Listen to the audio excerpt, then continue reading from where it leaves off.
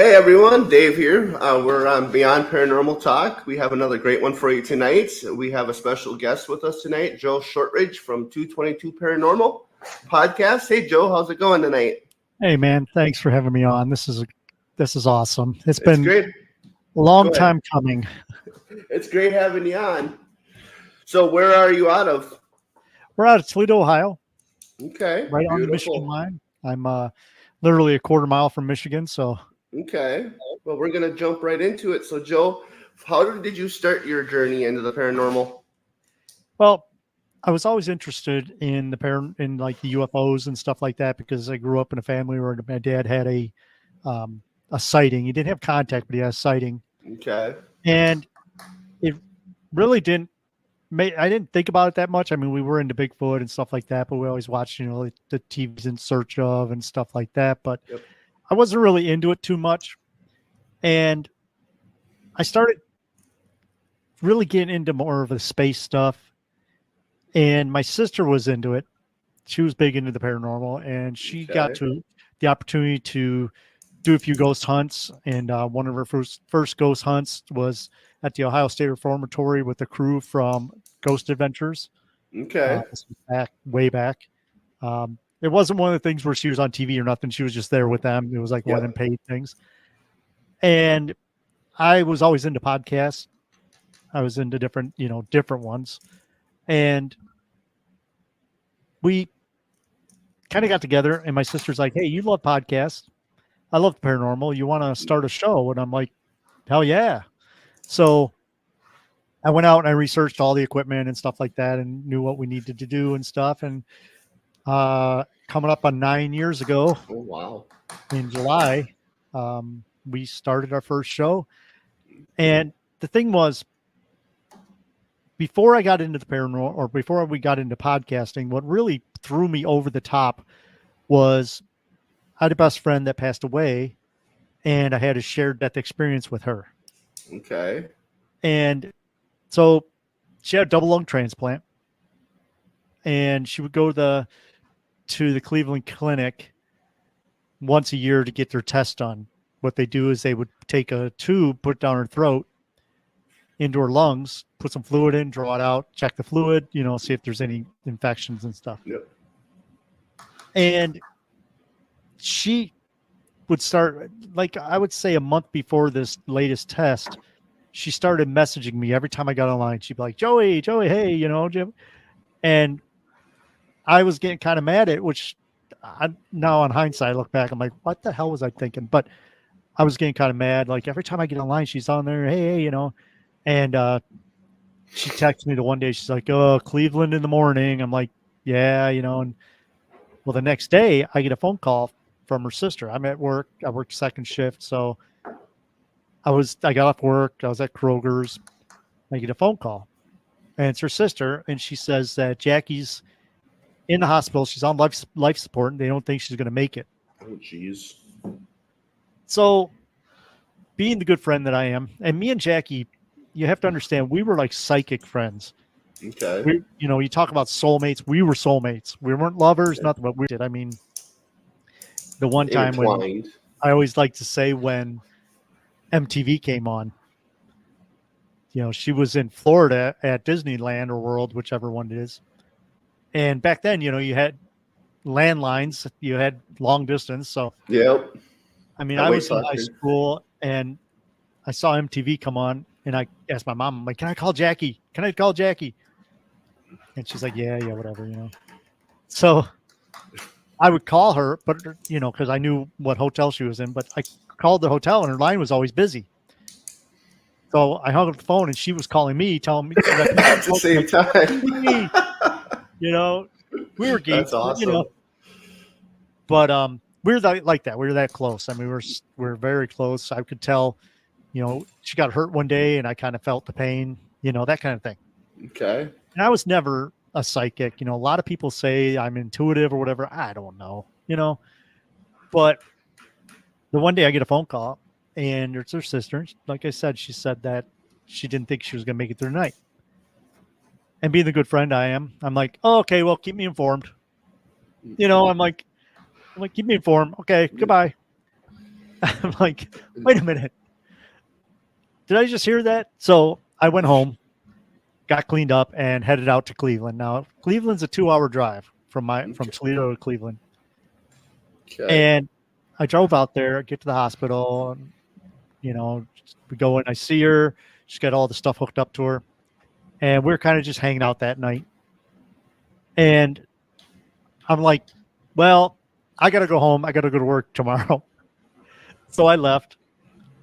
And I'm at work, and I don't know, maybe I was in shock or something. I don't know. I'm thinking, why am I going to work? But anyhow, my best friend's, laying there dying. So I go to work, and I'm on a forklift, and I get the call, and they're like, they decide that they're gonna basically pull the plug in a half hour. And I'm like, okay. So I hung up the phone.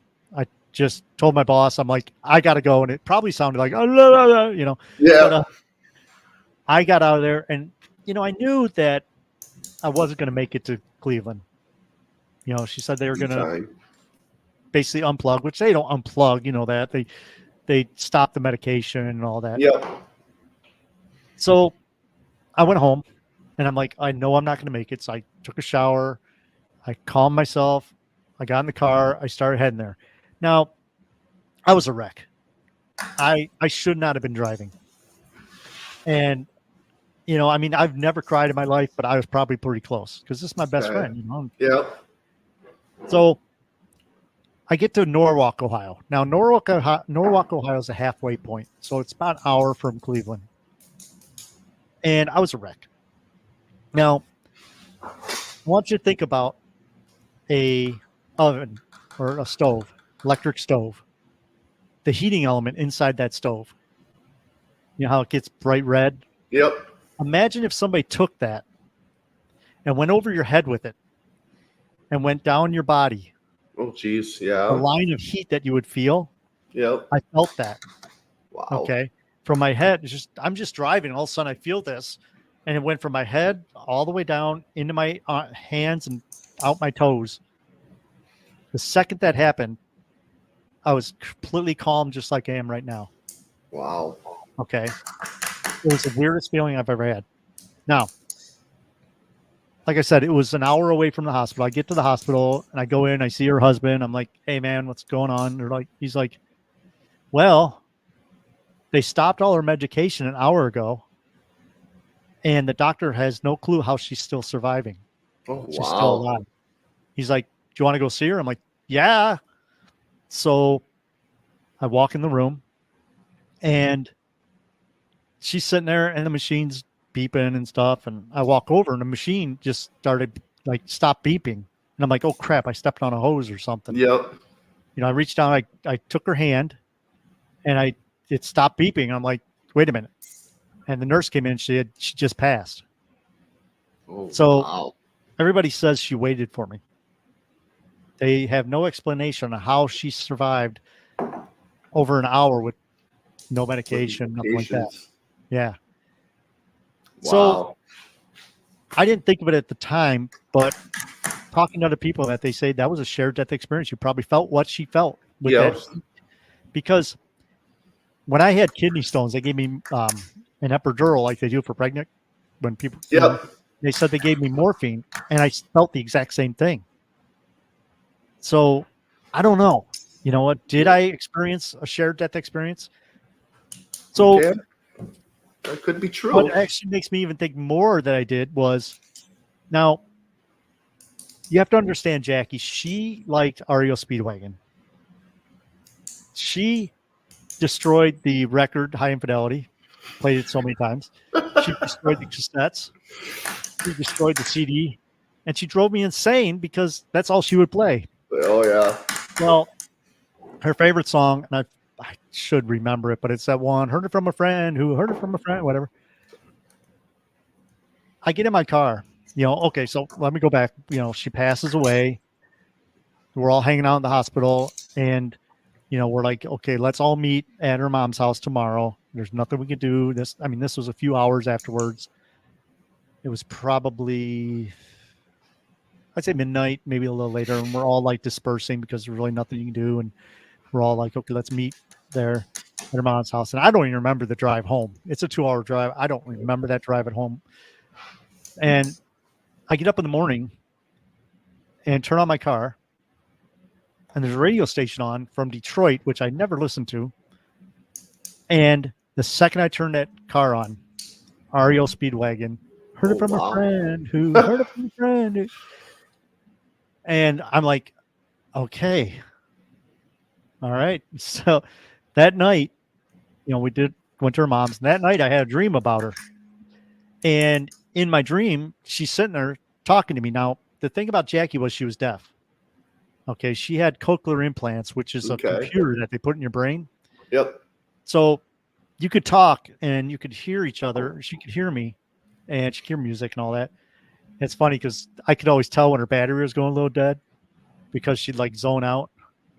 And being the good, caring, loving best friend that I am, I would like turn off the lights so she has no balance. And, but when in the dreams that we have, she's never talking, but I hear her. Okay. It's like telepathic. Yep. Well, I remember that dream. I looked right at her and said, last time I saw you, you were dead. And she's like, yes, I am. But it's okay. Oh, wow. And I don't remember much of the rest of the dream. But since then, I've had thousands of dreams of her to where we talk to each other. But just not really like premonition dreams, that just standard as if everyday life, as if she was still alive and we were just doing things like normal conversation. Yeah. One day we were in a car sitting in a parking lot, making her sister and her husband go in the store and get Mountain Dew and Pepsi, just stuff like that. Now, when loved ones want to communicate with us, they do it through things like music and that, and that song has popped up in so many different places. Like I'd walk into a store thinking about Jackie and the song would be on the PA system in the store. I would turn on my radio or turn my car on and it would play. Playing. Wow. Just over and over. And this, I'm talking years, of That's different remarkable. things. One of the last ones that happened, I was at a bar and we were all meeting at this bar and it was all like our paranormal peeps. We all meet at this bar and I don't drink. I was doing a float session that night, one of them where you go into a float tank. It's a deprivation tank. Yep. I get out and I see there's a message on my phone and it's my sister and she's like, hey, we're all over at JoJo's. Come on over. I'm like, okay. So I go over there and one of the people that come in, and she's a really nice girl, but just one of the people that talk about the same thing over and over. And I'm sitting there and she starts talking about the same stuff. And I'm like, I'm just not in the mood to be here.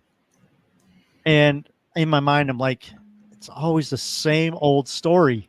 Yep. Just as I thought that, the jukebox came on, playing the REO Speedwagon song, hops on and says, if you're tired of the same old story, I'm like, okay, I'm going. Okay, Jack. I'm working on a book. I'm trying to work on a book of shared death experiencers. Okay, that'd be a good one. I was at work a couple of days ago. I'd say maybe a month ago. I was at work, and I work in a factory, and I run machines. And I'm sitting there, and I'm like, should I go home and work on the show, or should I work on the book? Once again, just as I thought that, 3 machines over, someone's radio popped on REO Speedwagon. Oh, wow. Heard it from a friend who heard it. I'm like, okay, I'm going, So that's the kind of stuff that I get all the time. And communication through, spirit communication happens through music and that, because dreams, music and stuff like that. But I think music really does it because it's the universal language. Yeah, music it really is all attaches. about vibration. And, so like I said, I'm working on a book on that. Okay. When do you think that'll be ready? I'm trying to have it done before Michigan Paracon, which is in August. August. Yep. Mhm. Okay. So So, Joe, are you hopefully, part of any paranormal groups or anything right at the no, moment? Or no. I'm like me and Jen, my sister Jen. We're not part of any group, but we do ghost hunt with a lot of different groups. okay. We get invited on Can you different. tell our viewers some of your most memorable investigations? Yeah. There's a house here in Toledo, and we've traveled all over the country. We've even gone to U.S. Virgin Islands and did some Oh, investigations nice. out at St. John's, stuff like that. So we travel all over the place. But here locally is two of our favorite places. One is the Collingwood Arts Center, which is a giant.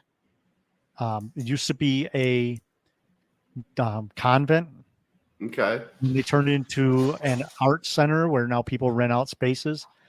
But I've seen so much stuff there. I've seen shadow figures. We saw a shadow figure morph into a dog, crawl up a wall.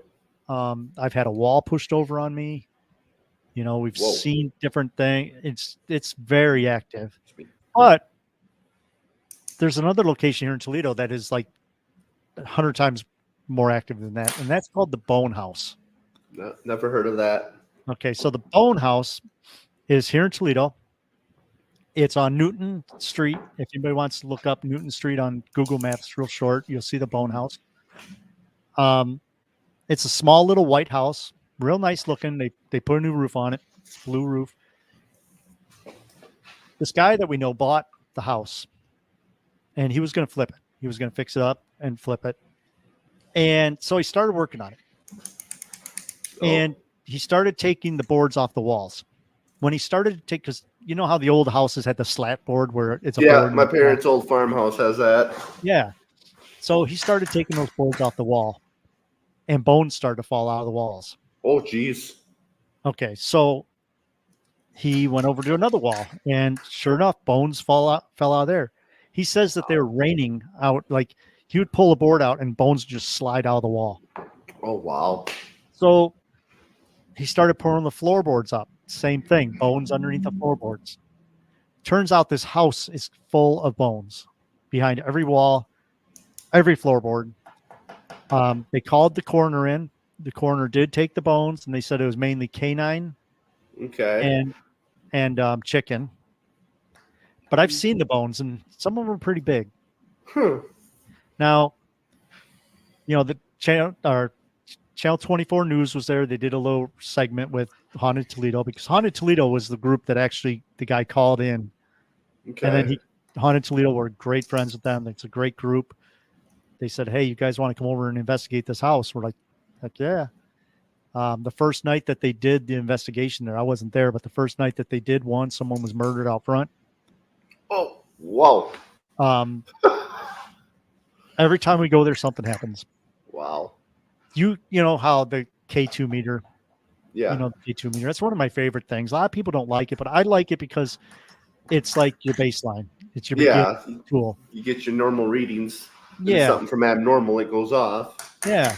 So the K2 meter, when you turn it on, has a little green light.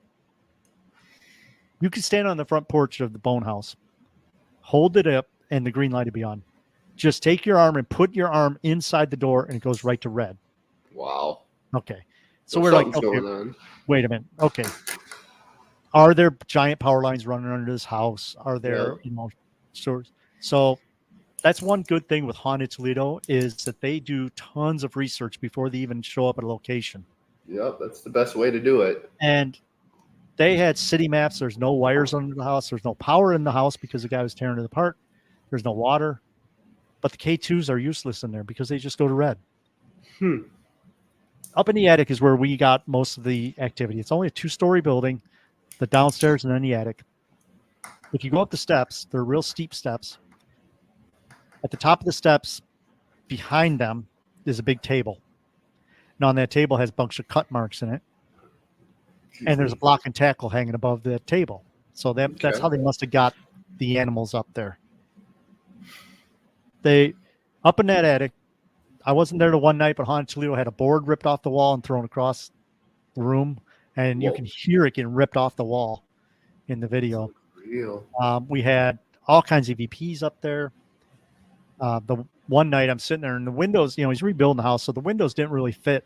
And I'm like, I'm surprised there's no bats. Just as I said that, a white bat. Now, a white bat flew over all our heads. We all saw it. Wow. We don't have white bats in Toledo. No, they're very rare. A white bat flew over and we couldn't find it. We looked everywhere. It flew over and vanished. My sister actually saw a full body apparition of a little girl or a woman kneeling in the corner, with her head facing the wall. We've heard tons of voices. It was just super active there. Did you ever figure out why all the bones were in the walls, or did never came to?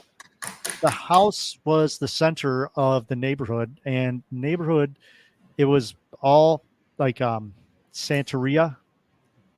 If you've ever heard of Santeria, it's some kind of religion. Yeah. So they figured out that was the main hub of that, and that's where they did their meetings and everything. Okay, so then they firmly believe that it's no human bones in there, but the bone house is amazing. And I should have had the picture ready for you, but the one day I was there and I was looking at the owner. I'm like, come on, man, every board. And he's like, yeah, every board. So he took a pry bar, put it on a floorboard, pried it up underneath there. And I'll have to send you the photo after the show.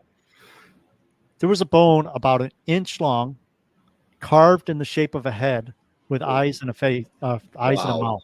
Oh, geez. And I would be like, you put that there if I didn't see him pull that board up. Wow. But that is just, the bone house is amazing. That's insane. The guy would wake up in the middle of the night and in his underwear, drive to the bone house and dig up under the floor. So right now, if you go to the bone house and you look at it, it looks like a nice house, but there's nothing inside. It's just a shell because he tore it apart so much. He was obsessed with it.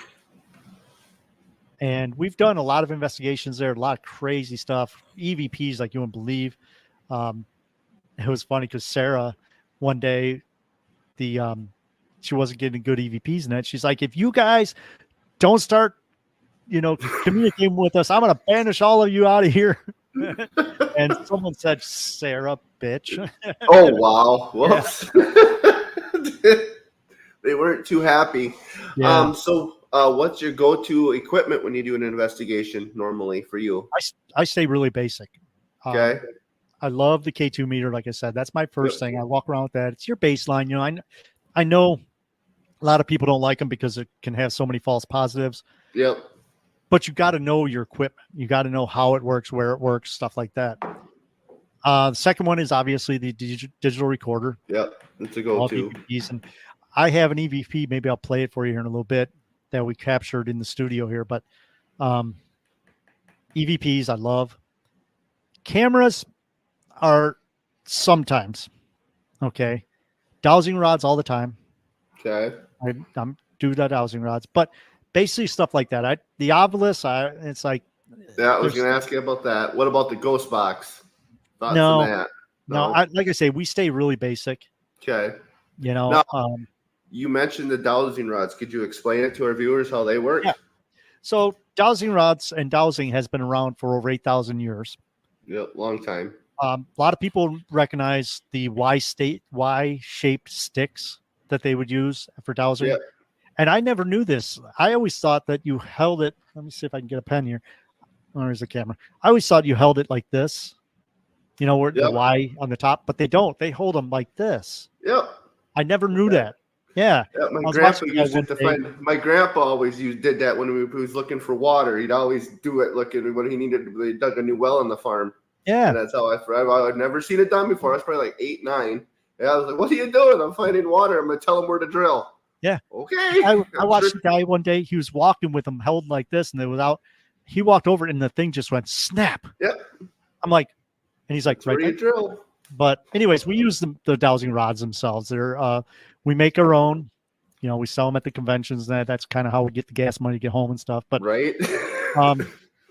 Ours, I ordered a special blend of metal from a welding company. I said I want this type of metal and this, because Yep. it's super conductive. And then we put plastic beads on them.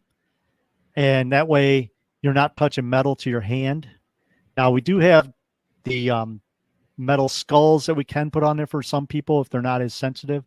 But me, I leave the plastic on because I'll be using them, and I use them to find graves, because I clean off grave sites.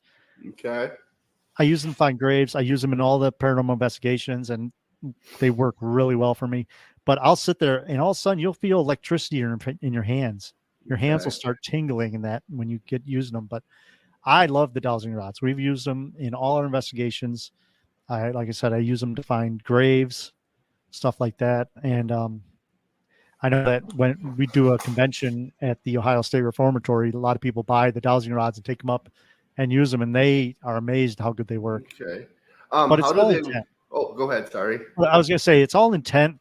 All this equipment that we use, a lot of people like the equipment because it flashes and it has colors. Yeah, makes noises and Yeah, beeps. and I mean, I honestly, I have REM pods that I use, and I made a REM pod out of a little truck and stuff that I use, because it is nice to have something that if you ask questions, you can say, okay, light those lights up and that, and that works. Yeah. They do. And one thing too, that also that you have to remember when you're doing an investigation and you're using all this equipment, you have to let the spirits know, like, if you tell them touch this and light it up, well, if they're used to candlelight, they're not going to. They have. That.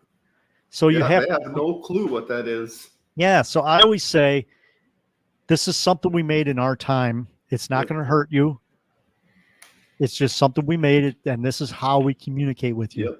Yep. Because you got to remember, we don't know what we're talking to. Yep, exactly. Okay.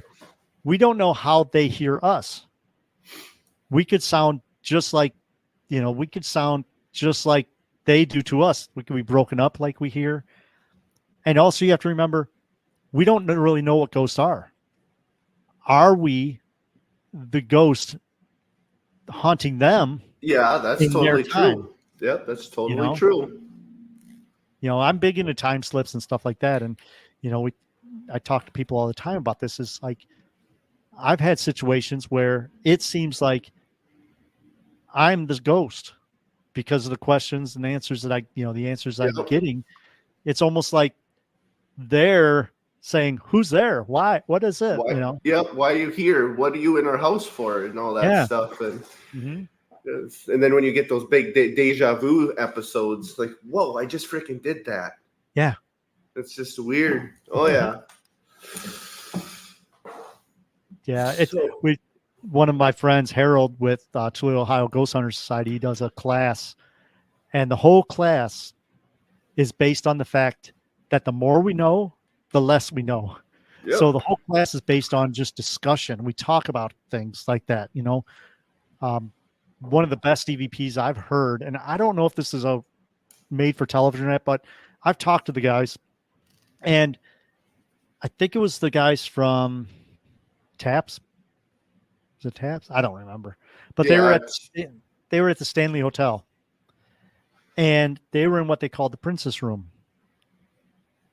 and they're saying, "Princess, can you hear us?" And the EVP goes, "Hello, who's there?" Oh, wow. And they're like, "Princess, can you hear us?" And she's like, "Of course I can hear you. Where are you? Who are you?" And then she says, "This is not funny. I'm calling security." Oh, wow. Yeah, if you want, look it up, on YouTube. It's on YouTube, but it's EVP. And, I know, and you go to Michigan Paracon, don't you? Have you I was there once. Okay. I go to Michigan Paracon every year. I know, all the different Paracons. I've been doing this for 8-9 years now. We've done well over 100 Paracons. Okay. And, you get to know the people. Yeah. So I know just about everybody on the TV shows. They don't call me up and talk, but I know them, but you know them, you see them, you say, hey, yep. So we talk all the time, and, that episode there, I asked them, I'm like, did you guys really get that? And they're like, yes, we really got that. So wow. I'm like, that is amazing. And that made me think, that it's like the story of the woman that's sitting in her chair, and these guys are in there, or these guys are in her old house, and they're getting EVPs from this lady, and the story says that they see a full body apparition of a woman sitting down and looking up at them. And then you look back in the history, and she says that her house was always haunted by people wearing hoods. Oh, Hooded yeah. figures. So it's like, are these guys coming in here wearing the black shirts with the hoods and all that? Are those the ghosts that she saw 50 years ago? Yeah, that's true. Is it a time paradox where we're haunting them, but we think they're haunting us? Yeah. That's something to think about. One of the other things that happened to me, like I say, we travel all the time. We were in Butler, Pennsylvania at the Butler Paranormal Convention, which is awesome. And we noticed that there was a cemetery close by, and somebody was telling us at the convention, you got to go to the Black Cross. We're like, okay, let me find out about it. And come to find out, during the yellow fever epidemic, the railroad had some immigrants working on the railroad, and they died because of the yellow fever. The Catholic Church wouldn't bury them in their churchyard. Yeah, so they did that a lot. Yeah, there was a farmer that said, well, I'll give you this land. So they buried the people on that land, and the railroad constructed a giant cross out of railroad ties. That's why they call it the Black Cross. Okay. You go there now, and it's basically just a 5-gallon bucket of cement flipped over, and that's the gravestone. Now, there is a historical marker at the road, but when you go back to now, this is a small cemetery. It's probably 50 feet by 100 feet. Oh, wow. That is small. Yeah. But it's in the woods. We walk in there, and we heard voices. We heard babies crying. Oh, yeah. I remember catching babies. Oof. Yeah, it felt like the trees were staring at us. It was a very creepy place.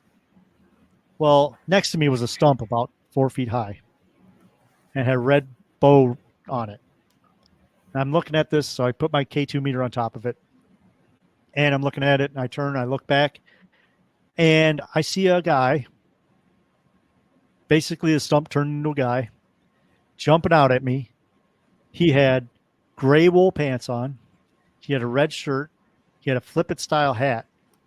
And his skin was almost pure white, just like, wow. And they say ashen, but ashen white. And he jumped out of the woods at me. And I like to say that I don't get scared, but I about jumped 6 feet. And my sister, she was videotaping, but she didn't get me on video, but you could hear me going, ah, and oh, wow. it scared the crap out of me. I mean, I've had things. I mean, I woke up with a 7-foot shadow figure leaning over my bed, stuff like that. Yeah. But I had this guy jumping out at me. It scared the crap out of me. But it was a full body apparition that just vanished just in a second. Just in that second, it was there, then it was gone. So I recommend, if any of your viewers are in the Pennsylvania area, look it up on Google. It's kind of around Butler. It's called the Black Cross. It is so cool. It's small, but everybody that I talked to had said that they hear voices, stuff like that. I'm like, yeah, I heard that. Wow. Yeah. So have you ever come across any demonic entities, stuff like that in your years? No, I don't think so. Like I said, at the Collingwood Arts Center, I did have a wall pushed over on me. It was one of those divider walls, that you see in offices. We were down there by what we call the death room. Yeah. And the death room is where, when the nuns would pass away in the wintertime, they couldn't bury them. So they would store them in this room. And there was a divider, and I was next to it. And now Grizzly, a local DJ called Grizzly, he's got bad knees, and he was with me. And it kept moving, kept like nudging me. And I'm like, oh, Grizz is holding on to it, because he's got bad knees. I thought he was, and it's just gotten stronger. And all of a sudden, it just pushed me over. I landed on the ground. I looked back. Grizz is laying on the ground. I'm like, what the hell, Grizz? Did you fall? He's like, no, pushed us over. Wow. So I'm like, okay, I go up, and this was during a convention. And I go up to Harold from Toledo Hall Ghost Hunter Society. I'm like, you would not believe what happened to me in the basement. He's like, you won't believe what happened to me down there. He says, I was down there, and a wall got pushed over on me. I'm like, wait a minute. He's like, yeah. And I told him, and he's like, the exact same thing happened to me. So the Wow. spirits were restless that day. Apparently. Yeah. So now we're gonna switch topics and we're gonna All get right. into the beyond paranormal part of this show. Yeah. So you were talking about these mounds to me earlier, and let's get into that. What mounds are you talking about? So one of the things that I research are giants and Indian burial mounds.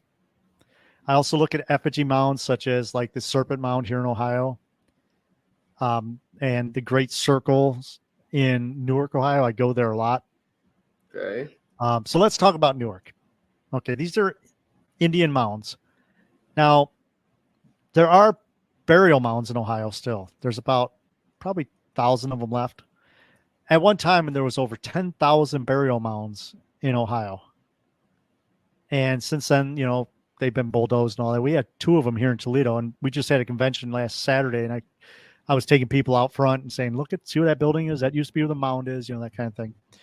So there are burial mounds all through Ohio. One of the big ones is in Miamisburg, Ohio. If you ever get a chance, stop in at Miamisburg, Ohio. It's down by Dayton. That's a beautiful mound. You can climb up on top of it. Be respectful. It is a burial mound. But down in Newark, Ohio, there's the mound complex. Now, Newark, Ohio used to be just a whole complex, but most of it is tore down. What's left is the Great Circle Mound, and you have the Great Octagon Mound, and then outside the Octagon Mound is another circle mound. These are very interesting. Now, Newark, Ohio is very interesting itself. Now, back in 1888, there was a guy called David Wyrick. He was a explorer. My mind just went blank. A guy that digs in the dirt. Yeah. Okay. Archaeologist. So he was an amateur archaeologist. He loved doing it.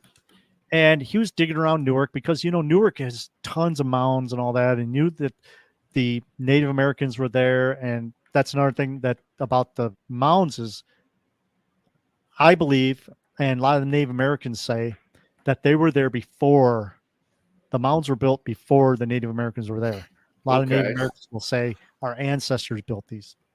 So anyhow, David Wyrick's digging through some of the mounds, and he comes across a stone, and it's a weird shaped stone. It's like a triangle. Okay. So let me see if I can. So he finds this stone. It's called the Keystone. Okay. Oh, wow. On the Keystone, you'll notice that there's writing. Yep. There's writing all around it. Now, obviously, this is the real one. The real one's in Coshocton, Ohio, in a museum. And I bought these at the museum. They're plaster. Yeah. But there's writing on it. And he was like, oh, Native American writing. That's awesome. So he took this down to Cincinnati, Ohio. And they're like, no, that's Hebrew. That's Hebrew writing. On him. And he's like, Hebrew? And they're like, yeah, that's old block style Hebrew. They're like, did you get that in the Middle East? And he's like, no, I got this in Ohio. They're like, okay. So he knew stuff was there. Yeah. And a lot of people say it's fake. We don't know. I mean, we don't know. But the thing is, in my research, I found that there are rocks and boulders and stuff all over the world, or all over the United States, but a lot of it in Ohio with Hebrew writing on it.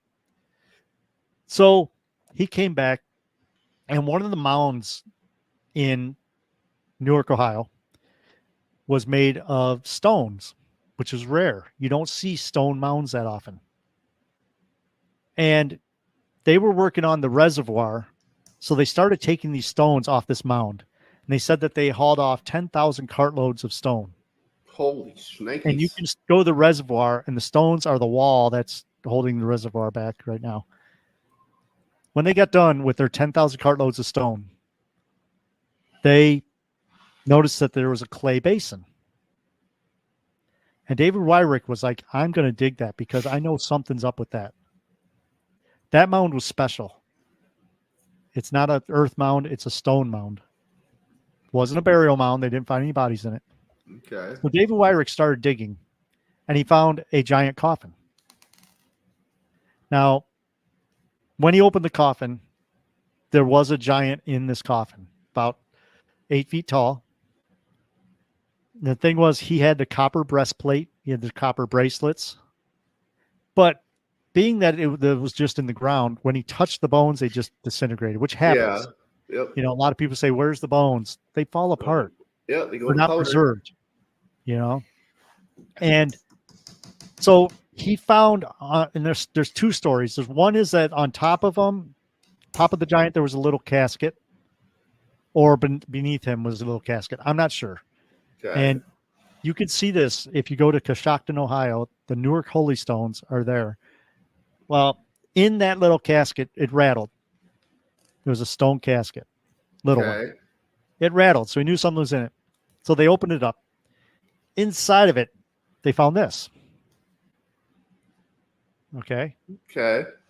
This is what they call the Decalogue stone. And as you can see, it has block-style Hebrew writing all around it. On it again. There's a guy carved into it. It has a little space here. I don't know if it had a cloth or something that would hang off of it. I don't know. But they found this. Now, as you can see, above the carving, it says something. Yep. And you read it backwards, it says Moshe, which is Moses. So this is a carving of Moses. Okay. All around it are the 10 Commandments in old style. Yeah, an old style block Hebrew writing. This was in that little casket on a giant. Huh. How? Yeah, that's mind-blowing. Okay. So I was thinking, my first thoughts were it's the lost tribe of the Israelites. The giants are the lost tribe. But since then, I kind of changed my thoughts. It's not so much the lost tribe, but they are Israelites that came over. Because when you say the lost tribe of the Israelites, that was like 50 to 100,000 people. It wasn't like one little tribe. It wasn't just a few hundred people. It was a big group. It might have been the Hittites, they call them, that came over, but they were all giants. Now, the thing about this also is the mounds are so, like in the Bible, there's a verse in the Bible says they built them all in high places, mounds in all their cities. So you can go over to like Israel and see mounds also. Yep. So my research after learning about the Decalogue stone and all that and the giants and that, I kind of went in deeper into it. And I found that there are giants all over the United States. Yeah, because there's some reported here in Minnesota too. Mm-hmm. I've heard there was stories about them finding giants here. Yeah, they found giants downtown Toledo, in between where the Toledo Yacht Club is and the Coast Guard station. They found 6 of them sitting, buried sitting. They had the double rows of teeth. Yep. The ones that they found down in Maumee, Ohio, which is about 10 miles down the river, those are the ones that had 6 fingers and 6 toes. They found giants down there. I think there's in 60 or 70 years, a farmer found one digging his field. I read something about that years ago. I don't exactly remember where it was. They've been finding them all over the place. Now, the ones downtown Toledo here that they found, they said that the jawbone was so big you could put it over your head. Yep. I've seen pictures of that. Surprisingly, I've seen stuff like that. I've actually read articles on that. Mm-hmm. And they were huge. They're finding them all over the place. Now, a lot of people say, well, where are the bones? The bones decay.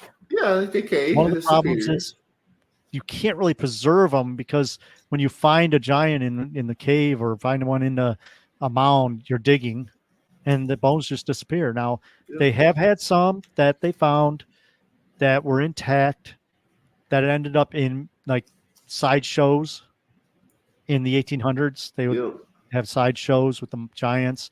There's one that was propped up against a wall for years. The Smithsonian did come in and take a lot of them. But one of my friends, Heather Arnold, does a lot of research in Aruba. She lives in Aruba.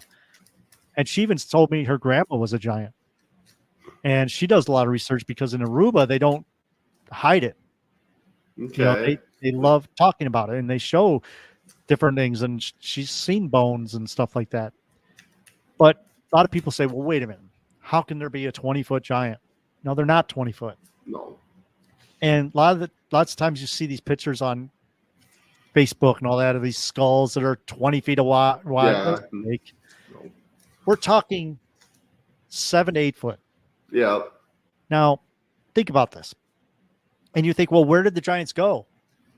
Well, they're still here, but they're called basketball players. Yep, They're exactly. professional wrestlers. Yep, that's very true. I was down at Woodville Diner, this diner on the east side, and this guy, there was a giant in there. I actually took a picture of him. He had to duck down to get out the door. Oh, wow. You know, now he didn't have the 6 fingers or the double rows of teeth that I know of, stuff like that. But when we talk giants, we're talking 7 to 8 feet people. Yeah. Now, they could be an offshoot of the human race, and that's why they have the 6 fingers, 6 toes. So abnormally. That is an anomaly that still happens. There are people that do have double rows of teeth. Yep. It's not that common, but it happens. Well, people even have tails, some of them. Yeah, tails. A lot of people are born with 6 fingers and they just cut one off. Yep. I've heard that. I've never seen a person with 6 fingers and 6 toes. I know someone that had web feet that they had the web stuff removed. Yeah. So we don't know if the giants were just a sub race, and we're talking thousands of years ago anyways. They could have interbred or or died off, because how do we know that they weren't like Andre the Giant where he was huge but he didn't live very long? Yeah, that's true. Yep. I don't know. God, freaking his hands were humongous. Mm-hmm. Freaking pop can looked tiny in his hand. Yeah. And that's why we do what we do, is because we don't understand. We understand, but we don't know everything, and we love the research, and that's why we do what we do. That's why we ghost hunt. That's why we do all that, because we don't know until we're over on their side. But then we know, and then we'll all be like, "I'm haunting you," Yeah, pretty much. Like, oh crap, I was the one actually haunting you, and not the other way around. Yeah.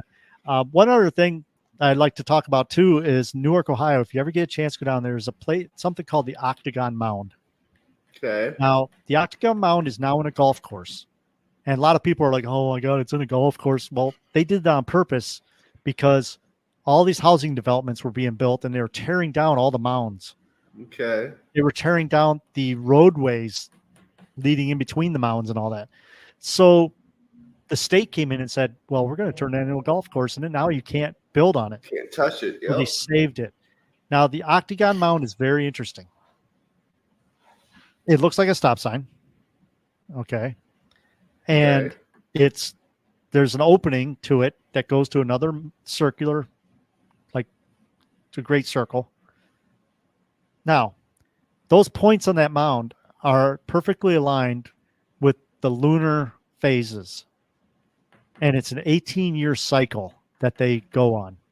Okay. So every 18 years, the moon will rise on the in a different place or something like that. So it was built purposely built that way. Yeah. So either they had tons of knowledge of the stars and the positions and all that and sun and moon, or it took them over 18 years to build the thing. We don't know. Yeah, don't know. Now, what's interesting about this mound, or I keep saying mound, but it's not really a mound. It's an effigy mound. It's just a big octagon. Think of the Great Pyramid. Yep. You could take the Great Pyramid.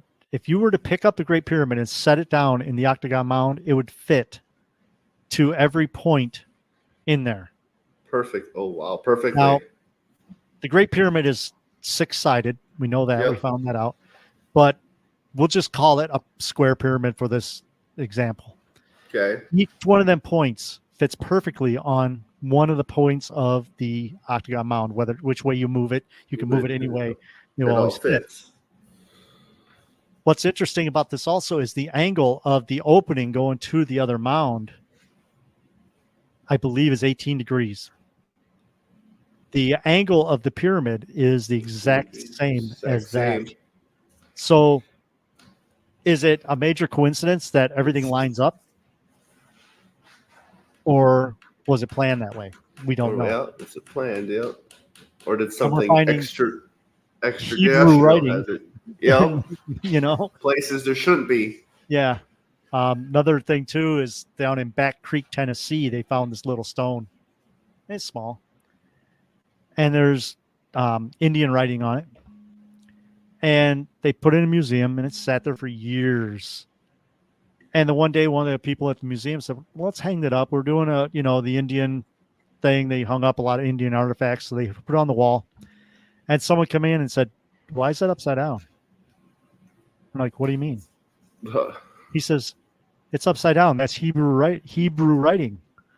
And it says like "with him" or something like that. Yep. So they found Hebrew writing on a stone in Back Creek, Tennessee. Wow. They found him in Michigan. They found him in Wisconsin. They found him all over. Yeah, they did. Mm-hmm. Wow. Do you know of a theory on the reason of that, or? I just think that the Hittites or a tribe, I'm going to say a tribe of Israelites, came over here thousands of years ago and settled in this area, made the mounds because they did all their preaching and stuff like that on the mounds. Yeah. And then for some reason they left, and the Native Americans actually took over the mounds and started burying their dead in them and stuff like that. There are a lot of mounds in the United States that are Native American burial mounds. There are the Miamisburg mound. When they started digging into that, they found tons of bones and artifacts and everything. So we know that it is Native Americans that, either continued building them or that. But if you talk to any elder, they say, no, the mounds are there before us. Yeah, before us. I got to ask one of our founder, Troy, he's Native American. I got to talk to him about that because I know he knows some stuff on that. Mm-hmm. See if he has what his elders think of the burial mounds around here. It's very interesting. And, and you also have like the effigy mounds, like the serpent mound, which every curve lines up with the lunar cycle. Yep. It all has, they knew what they were doing. Yeah, they had a reason to it. Yeah. And so then the question of that is, how do you think they learned all that stuff? I don't know. That's why we're learning, why we're trying to learn, because they never wrote anything down. There was oral tradition. Yep. And to be one of the speakers, the Native American talkers, you have to know everything precise. You can't deviate at all. You have to learn precise. And they even say they just say our elders built, they built them before we were there. Yeah. So we don't know. I mean, we do know that like the Great Circle in Newark, Ohio, that was definitely done by the natives. That wasn't done by the giants or whatever. But then again, when you look at the Octagon Mound, you think, well, wait a minute, how did they know all that stuff? I think that we don't give our ancestors enough credit. And I'm talking like 1,000-year ancestors. I'm talking like 15, 20,000-year ancestors. I don't think we give them enough credit. I feel that they've actually had more technology than what we think. Yeah. Mm-hmm. I mean, that's true. To see some of the stuff that they built, to see the artifacts, it's like there's artifacts that have drill marks in them and stuff, Yeah, and all the pyramid too, the Great Pyramid, all those big molten blocks, how far they moved them to build it and get it up there. There was a guy that I saw on TV, and he was talking about the pyramid, and they always say, well, they used copper tools, and you're like, they didn't use copper tools. Nope. They couldn't have, because they wouldn't be able to produce them fast enough to keep them from wearing out. Because I was watching the show, and the guy was like, when you go to the pyramid, they give you a tool and they say, here, show you how they did it. And he says that he hit that thing on that rock for over an hour and it didn't even put a little dent in it, He's like, they didn't use copper tools. Yeah, it's just shocking how those pyramids are just so like laser cut perfect. Every single one is just perfect. The black sarcophagus inside there in one of the tombs that they found. the black sarcophagus, this huge thing, is so precise. Yep. And even the statues that they have, the it's so planet perfect. has got a mirror image. Yep. You know, you don't And do it that makes, with copper tools. no, You know? no, it just makes a person think on that stuff if it's something else that was involved back then with that. Mm-hmm. Something from another planet or something, maybe, possibly. You never know. I don't know on that. We don't know. We weren't there. We weren't there. Um, So, getting into that subject, UFOs. okay. Let's do it. So, what's your thoughts on that? Out of all the paranormal stuff, now, like I said, I've seen a lot of paranormal stuff. I woke up, shadow figure above my bed, Yep. leaning on me. I looked up, saw it, it vanished, and I spent the next few hours going, okay, what light came in this way? But out of all the paranormal stuff, and when I say paranormal is everything. It's just out of the norm. Yep. I think aliens are the most plausible. Yeah. Now, you got to remember, people have been seeing things in the sky for thousands of years. Yep. That is very true. Even like Bigfoot, they've seen Bigfoot for over 8,000 years. There's a Chinese lamp with Bigfoot on it from 8,000 years ago. But there are sightings of UFOs in artwork. There's cave drawings. Yep. The Native Americans drew drawings of the ant people and stuff like that. Yep. You know, so out of all the paranormal stuff, I feel that the aliens are the most likely, because you got to remember, in 1985, we discovered our first exoplanet. Yep. And that's basically just a planet outside of our solar system. Since then, we've realized that every single star out there has planets around it. Yeah. Now, granted, there are some that don't, but I'm saying every single star has planets around it. Most of those planets are in that star's habitable zone. Yep. That is for true. life like we are. There could be life out there that survives on other things. I mean, look at the bottom of our ocean has life. Yep. You know, the thermal vents have more life around them than you could ever imagine. Yep, that is true. And there's no light, no oxygen, nothing down there. So life could be anywhere. Like I said, we've discovered that almost every single star out there has planets around it. So the probability It's higher. Yeah, of there being life on other planets, I think, is like 99%. Yeah, I agree with you on that. The only ones here. No. You're just, the only problem is the distances and all that. Yep.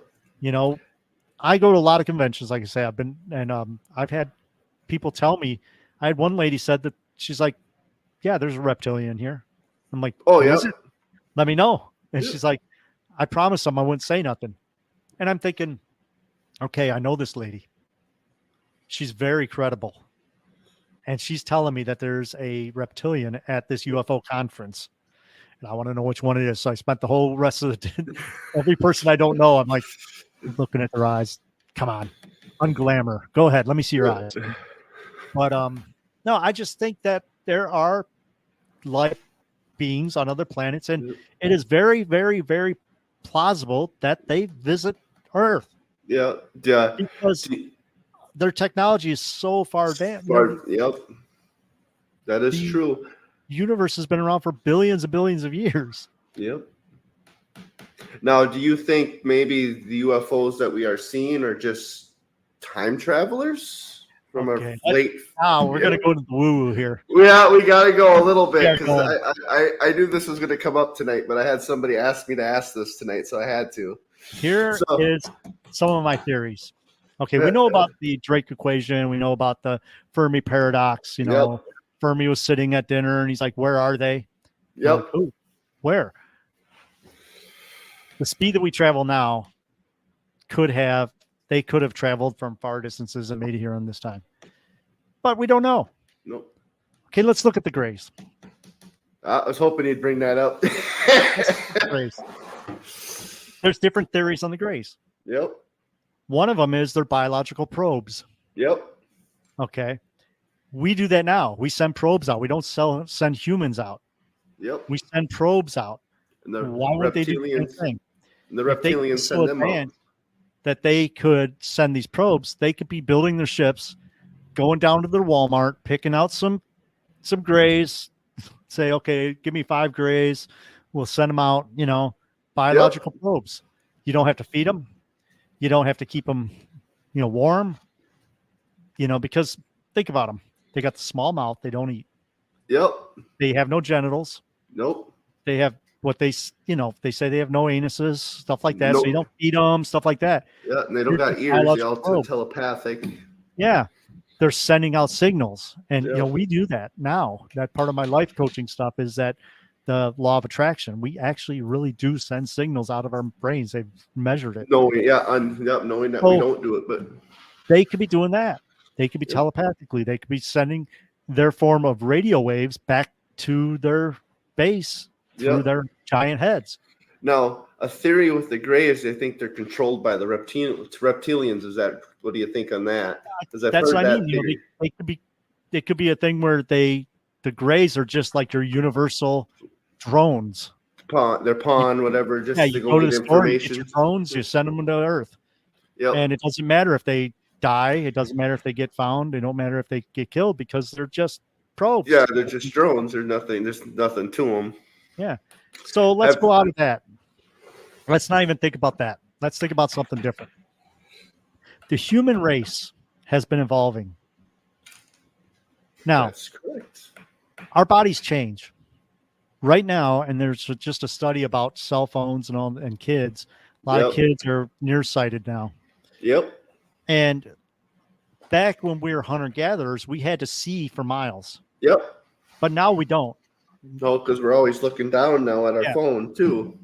In photography, we there's a point of focus, and my mind just went blank. I've been doing photography for 50 years, I know, but the depth of field. Depth of field is where the point is where it's in focus. Our depth of field in our eyes is getting shorter and shorter. Yeah. Okay. So we're evolving. Now let's say we travel out into space. There's less gravity, so our bodies adjust. Now this guys up on the space station have to exercise every day. Yep. Because they lose body mass. Yeah, those twins. Those twins, the one that was in the space station for a year and the one that was on Earth, he was completely different from his brother here. Yeah. Physically. So as we're out in the universe, our bodies are getting smaller and thinner. There's less light, so our eyes would get bigger. Yep. The sunlight is different, so we're not getting the tan, and we're not as red as I look tonight. Yep. So we're turning grayer. We don't need a lot of body mass because there's less gravity, so we're thinner. We're growing. We're doing more things, so our hands are getting longer. Yep. So let's say,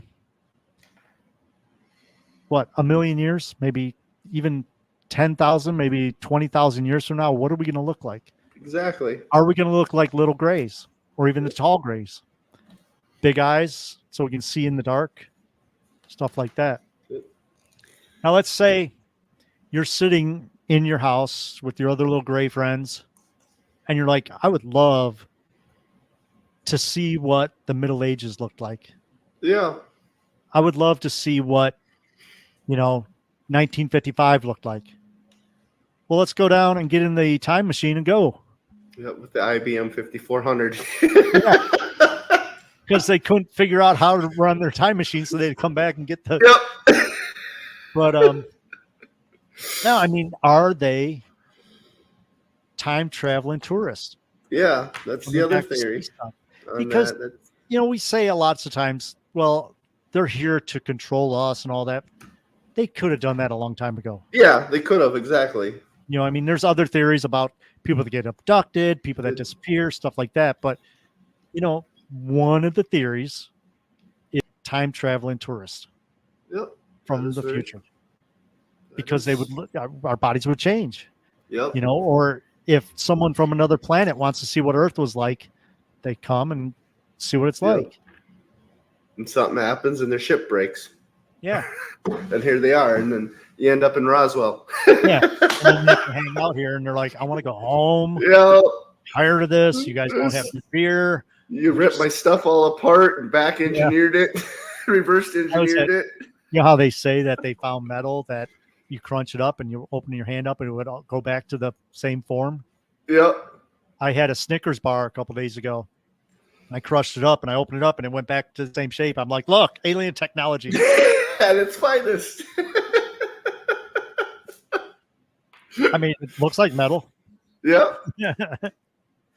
But yeah, there's so many theories. And it's funny because me and Sarah from Paranormal XL podcast, we did a couple of shows on aliens and our theories on aliens, and she had to keep stopping me because she was like, no, we're going to talk about that next show, you know.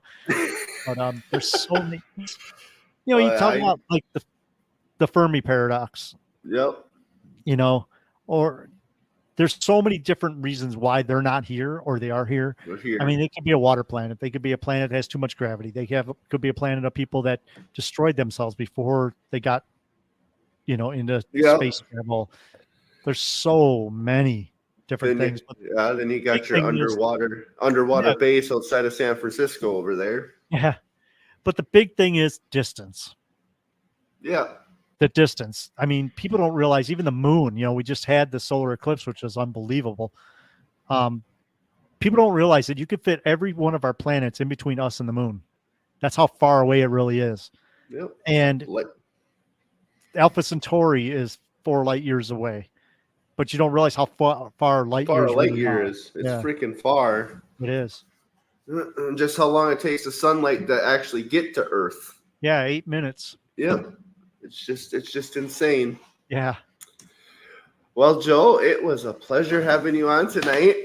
It was a blast. I would love to have you set up again for another time, and we'll really get into UFO. See, I can't even speak. UFO stuff.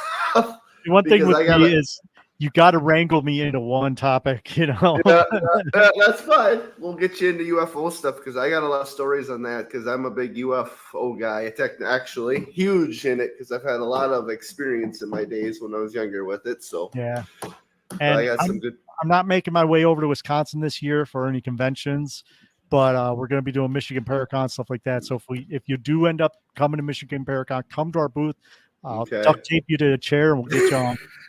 I definitely love to. Brandon just said Dave is notorious for rambling off topic. Yes, I am guilty as charged. Heck yeah. We haven't even talked about Bigfoot and the alien, we haven't even got to that yet today. The orbs, or the blue orbs that Bigfoot carries. Yeah, we'll definitely have to get you back on and go through some more of that stuff. Well, again, thanks, Joe. Appreciate you to being on tonight. Thank you. Have a great night. All right, see ya. Bye-bye.